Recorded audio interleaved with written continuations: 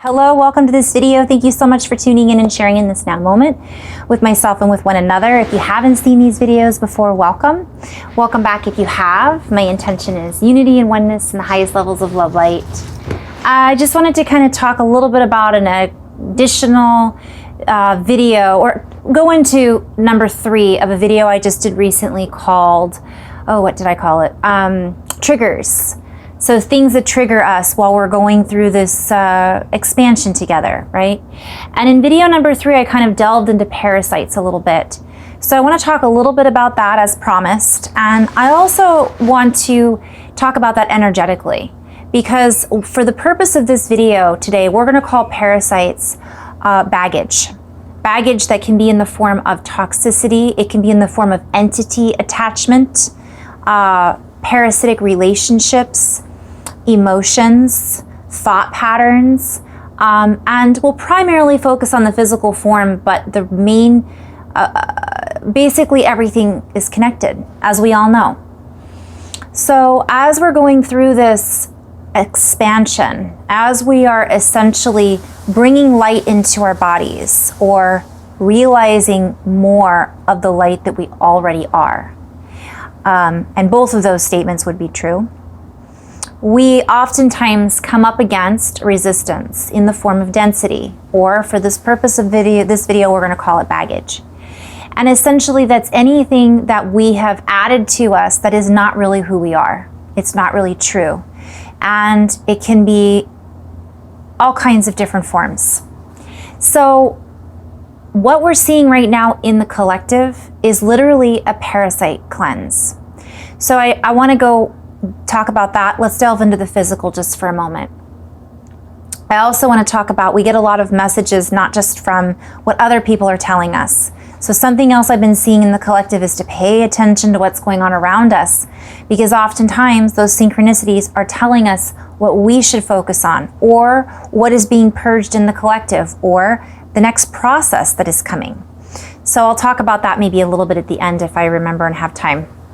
Parasites, when we do a cleanse, and you can figure out what cleanse works best for you. I'm going to use the example, I tend to stick with wormwood and other types of cleanses that 2 weeks on, 1 week off for about 18 days. And Helda Clark has a good cleanse. You can look up any of that and see what resonates with you. This is also in reference to a liver cleanse, but I'm going to talk a little bit about detoxification, purification, and parasite removal. So what we're seeing in our body is if we do a parasite cleanse, what tends to happen, they say, to make sure that you follow through. So this is everything I'm talking about right now in the physical. Think about this also on the spiritual, etheric, emotional, social, economic, as above, so below, as within, so without. So many of us go into this cleanse, and what happens is once we get in there and we clean, we delve in all this good stuff and we get rid of the old stuff, the parasites die off because they don't have anything to feed on. Okay? When these parasites die off, some of them hide out. They'll hide in holes that they have created, or that we have created, in the intestines, intestinal wall, colon, stomach. I don't know about the stomach, but places like that. And they basically hide out, and sometimes they'll lay eggs there. This is all symbolic. So what happens is oftentimes people will do a parasite cleanse, and then they don't follow through and do the second batch. So what'll happen is those parasites hide out for a while, or they lay eggs, and lo and behold, people go back to the same eating habits, or they never followed through with the first cleanse. So later on, those parasites then hatch, or they come back out of hiding and get back in again with changing the chemistry in your body. And I talked about that in a previous video. And I encourage anybody who has questions about this to look it up. Look at what parasites do. Look at especially in the intestines and the colon and things like that. And they can come in all forms. But I'm also speaking emotionally, right? How often have we thought we've gotten rid of something, and then we get lackadaisical about it, go back to our old habits, and lo and behold, it rears its ugly head, and we don't even realize that it's been eating away at us, or a thought, a negative thought pattern, a habitual pattern. It's all connected. So what happens then is we're guided to follow through, do the second cleanse to kill them off, let them come out of hiding, and then boof, get them when they have to come out to feed. So this is essentially what's going on energetically. We're going through a parasite cleanse. And what's happened is we've done a cleanse, we've done a detox, and many of us have cleared out our emotional baggage, which entities love to feed off of. We've cleared out limiting thought patterns and beliefs. We've expanded our knowledge, which gives us power. Or better yet, or better spoken, we've raised our frequency so high that all of those parasites that we're able to feed are now not able to feed. They are literally dissolved because we're filled with so much love for our bodies. We're treating our bodies with kindness and compassion by getting rid of the things that we don't need and putting in the things that we do. And again, as above, so below, as within, so without. So what's happened is now these parasites, they look for something else to feed on. And we're seeing this. They've been washed out, right? Just like when there's a hard rain, all the worms come to the surface. And then they can go back into hiding because there's so much water, there's so much purity and cleansing coming through that they don't have anything to hook onto. And we could think of hookworms or whatever you want to refer to them as. So it's very symbolic when all of the teachers tell us to work on ourselves, to cleanse, to purify. So we may be doing that on a physical level, and we're also doing this on an earthly level. We see it as so far as people that have been in hiding, so to speak, that are toxic and not positive. They're feeding on the negativity or fear of others through their own habitual patterns, words, actions, whatever we might want to call. And I'm obviously not naming any of the things that many of us are aware of what's going on. And many of us that aren't, from another perspective, the purpose of this video is not to focus on that so much that we aren't doing our own work. So that's really important, because if we're busy focusing on what's going on outside of us and we're not dealing with our own toxicity, we are unable then to hold the frequency that keeps us stable and balanced in order to deal with the parasites that are around us. And it works both ways. Once we are toxic, or once we are unable to focus, our energy is low, our thought patterns are all over the place because we haven't been clearing out our emotional entities, attachments, and cords, or parasites, baggage. All that baggage is blocking our connection to who we really are. And it's essentially bogging us down. I keep thinking of the labyrinth, the bog of eternal stench, right? It's like, that's what it's like. And so what happens is that then feeds the parasites within us as well. So if we're continually doing things to our body that do not support it, or we haven't recognized that there's things within us to delete, to clear, to remove, and to step out of those same cycles and patterns, then how can we find stability in the what's unfolding around us? And I don't even want to use the word chaos right now to describe what's unfolding around us, because that's only a description of one portion of what is unfolding around us. And we could add magic to that word because it works in both ways, and that's a whole other video. But getting back to the baggage that we're carrying inside of us in the form of toxins, in the form of heavy foods that we know, such as sugar, that actually feed parasites, alcohol that actually lowers our immunity and creates a depressant if we are abusing it.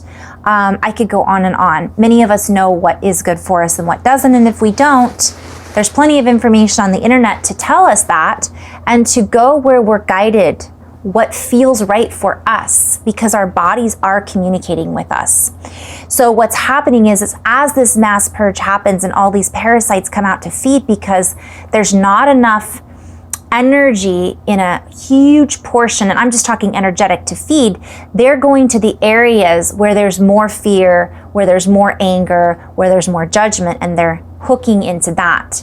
So that's an energetic visualization of baggage of parasites. But again, if you're in that pocket, for example, and we are raising our awareness and raising our frequency and feeling good, so now that parasite cannot attach, we're not giving it any food, it's starving, and essentially the next step is giving it love. Send it to the light. Ho'oponopono. So love our bodies. I love you, body. I love you, cells. I'm sorry that I haven't been aware of the fact that parasites were feeding on you, right? Please forgive me. Thank you. And then ripple that out into every interaction that we have, if that's something that resonates with us, or something to shift our frequency quickly so that we can be aware of what our body is trying to tell us. Pause for just a moment. Okay, so it's hard for us to be aware of what messages are coming through, and if it's from the ego and if it's from fear, especially if we are attached with entities and parasites. Now, I'm going to use the word entity lightly because from my perspective, yes, we might have unknowingly allowed an entity to attach itself to us, and now it's feeding on our, let's say, emotion of lack of self-worth. Okay, and every time we feel that emotion, it feeds on that emotion. So from one perspective is if we get into the higher vibration of self-love and appreciation, that emotion is no longer there for it to feed on. Therefore, the parasite will naturally detach. The entity can naturally detach, almost as if a magnet lifts it up because it cannot latch into, right? Or latch into. I like to think of our auric field, for example, and I'm going to go again, as within, so without. So there's all this craziness going on around us, yet if we're stabilizing, we're building out our fields, we'll say layers of an egg, around and around and around. And what's happening is if we've lowered our all of these fields because we're not taking care of our bodies, we're judging ourselves because we feel or look a certain way, we're judging others because they look a certain way, we're feeding into the a particular version of reality that we think is something we should be feeding into, in part because our body isn't able, we're not connecting our brain, our left and right hemispheres of our brain. We're not able to get into our hearts because such anxiousness and cortisol has gone up so high in our body that it's completely creating disharmonious. It all connects. And that's when these entities, for example, drill into these holes that we create in our auric field from sugar, from doing too many drugs, from drinking too much alcohol, from too many negative thought patterns that are like, yes, come feed here. They get in, they attach, and it creates physical discomfort, pain, and also it can add to the thoughts that are not ours, but we have now brought on or accepted knowingly or unknowingly into our field. We just may not be aware. So what's a quick way to get rid of it? Raise our frequency, eat healthy foods, get connected with the earth, go barefoot for 10 to 15 minutes, breathe 5 counts in, 5 counts out for 2 minutes. It really is the little things that add up, getting back into a place of gratitude. And as this happens, the water raises, the vibration pushes up all of those little parasitic worms, and they are uplifted and they have to leave. That's an easy way of looking at it. We can speak our truth and acknowledge that we have an attachment if we feel it, and say, I clear this. I no longer allow this to be in my field. I do not consent. I clear, dissolve, and remove all attachments, all entanglements, all cords, all entities, all parasites from my body, bodies, all versions of me now. And especially anything that isn't 100% unity consciousness, love light, the highest of vibration. Anything that isn't that has got to go. And so by us speaking that, it is also empowering us by raising our frequency and vibration. And then when I feel those attachments leave, or I see them leave on somebody else, I thank them. Because in one way, in looking at it, They're part of the all. I thank them and I say, I love you, I'm sorry, please forgive me, thank you. Or I just say, I love you. Goodbye. Because ultimately then we are acknowledging that that might be a shadow aspect. A shadow can be a parasitic thought over and over again that we're not worthy. That can become a part of our shadow, although that isn't necessarily just the shadow. So I wanted to clarify that, although it can become a portion of that. So we want to honor the role that these parasites have played in our body and let them go.